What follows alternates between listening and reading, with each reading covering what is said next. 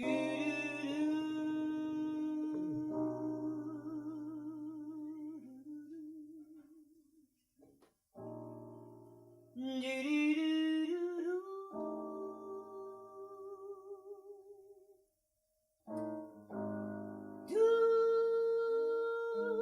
I returned home for the first time to live in 2005, the only place I really could go and book myself was in a couple of the clubs. So first you have to have a band, then you need a car to get around, and things have changed. I noticed when I tried to get a job at a festival in Detroit, they didn't want to know about it. So I just took my things to the street. Abide in me, that's what he said. Abide in my words. Oh, I've been living in and out of homeless shelters since returning home to America. Even the spirit of truth, the world cannot receive. I spent more than 30-some years of my life living in Europe, in Germany, a little in Paris, many years in Austria and England. In England is where I made my performances. I made 3 performances for the royal family. My name is Maria Tahila. Perfect Peace. I've had many names in the past 10 or 15 years. My legal name is Rozaa Wortham. However, I always use Rozaa for my profession. I am a singer. I call myself an entertainer because I play the piano. I came into the industry as a composer, actress, singer, dancer. Of me and you.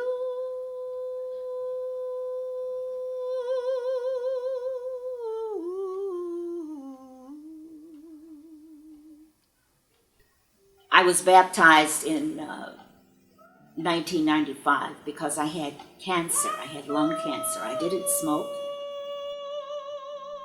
And that was the beginning of a new life and a new career. So I still sing and I still perform, but I have been healed of so many things that I find it necessary to take that message to the street in any way I can. I've done it in the clubs. I do it anywhere I go.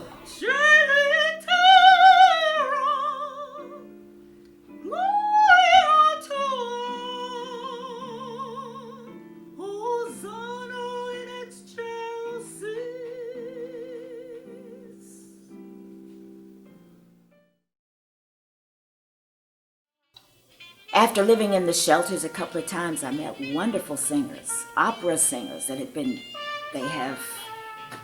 they've had full scholarships for singing opera, and they're in the shelter because we need a place to stay. So it was an idea to give a festival, and to give that festival in Detroit, Michigan. That's Motown, and it's a sound for everybody. Wherever I go, talented women singers and wonderful horn players and guitarists. And they never leave. They never leave. They never get on the local festivals. They never get on the big festivals, and they're as good as anybody else. So unless someone pays their way, or they pay their own way to go to Europe and put themselves on a festival, they're never seen. They just die with their talent. The sea, the sky, the birds and the bees, the flowers in the trees. Everybody wants to know how we think, women. So when we exclude women from festivals and having a voice, or we run them off of the streets when they're trying to perform and make money for their living, it's very sad.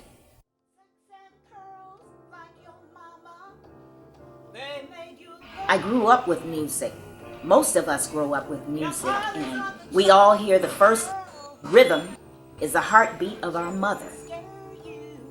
And then if we're lucky, we hear her sing lullabies. So that's really more or less our real first intimate introduction from women to us, giving us music. Brush yourself off, girls. I have to look out for the others. Somebody has to speak up for them. And it has to start somewhere. So maybe I'm sure that it will start with this festival. And I know that women all over the world, there are women musicians and visual artists, people doing films, and we still don't get the breaks.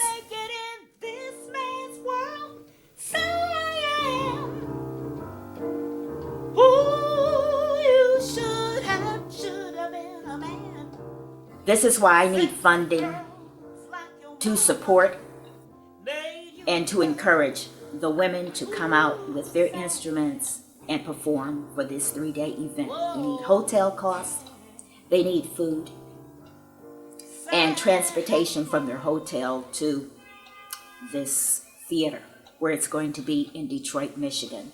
And if I didn't mention it earlier, it will be in January, first, second week in January. Gospel grew up in slavery. Blues was born and jazz came to be. Have a bebop. So I thank you very much for listening, and I thank everyone for their support and their love. And this is the time really when we have to love one another as Christ taught us to love. Thank you.